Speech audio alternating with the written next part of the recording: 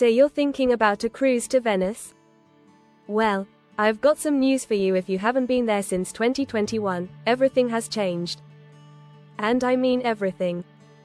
Let me walk you through what's really happening with Venice cruise ports right now. Picture this. For years, cruise ships would sail right into the heart of Venice, gliding past St. Mark's Square like something out of a movie. It was absolutely magical. But then in 2021, Italy said, enough is enough, and banned big cruise ships from the historic center. Why? Because those massive ships were literally damaging Venice's delicate lagoon. So now, your ship docks at a place called Marghera. And let me tell you, it's not quite what you're expecting. Here's what actually happens when you dock there. One passenger described it perfectly.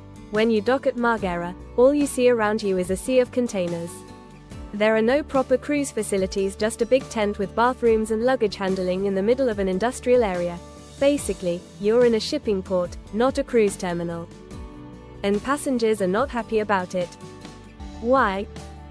Because it eats into your already limited time in Venice. Here's where it gets really weird. If you're starting your cruise in Venice, you don't even go to Marghera first.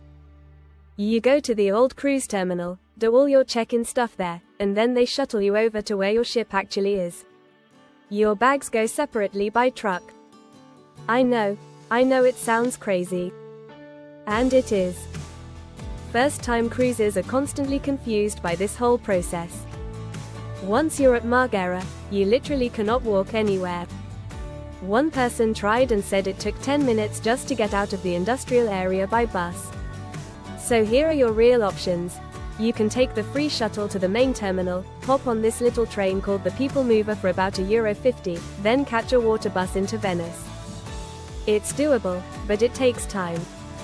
Or you can book one of those cruise excursions where they take you directly to St. Mark's Square by boat. It costs more, but at least you get to see Venice from the water, which is pretty special. Some cruise lines are trying to make the best of it. MSC, for example, offers those direct boat transfers I mentioned. But get this, Norwegian Cruise Line just gave up entirely. They basically said, this isn't working for our passengers, and stopped coming to Venice altogether. And here's something sneaky: some cruise lines now dock hours away in places like Ravenna or Trieste, and still call it a Venice cruise. So definitely double check where your ship actually goes. First things first, make sure you know exactly where your ship docks.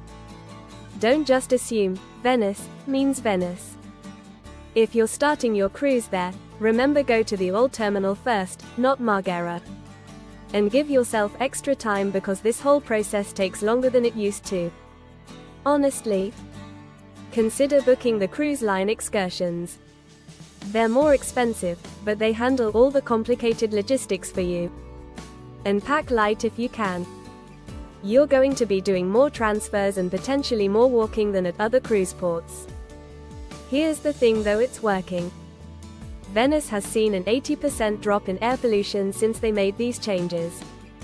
The city is also getting cruise lines to use cleaner fuel when they're in Venice waters. So environmentally, this is a win. Look, I'm going to be straight with you. Venice is still absolutely incredible. Once you actually get there, St. Mark's Square, the canals, the whole magical atmosphere, none of that has changed. It's still one of the most beautiful places on earth. But the getting there part? It's definitely more of a hassle now. You need patience, you need to manage your expectations, and you'll probably spend a bit more money to make it work smoothly. Most people still say it's totally worth it. You just need to know what you're getting into.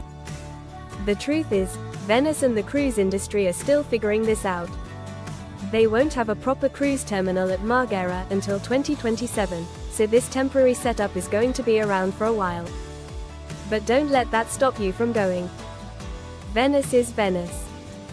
Just go in prepared, be flexible, and you'll still have an amazing time in one of the world's most unique cities.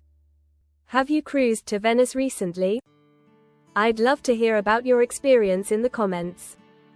And if this was helpful, hit that subscribe button. I've got more cruise port reality checks coming your way.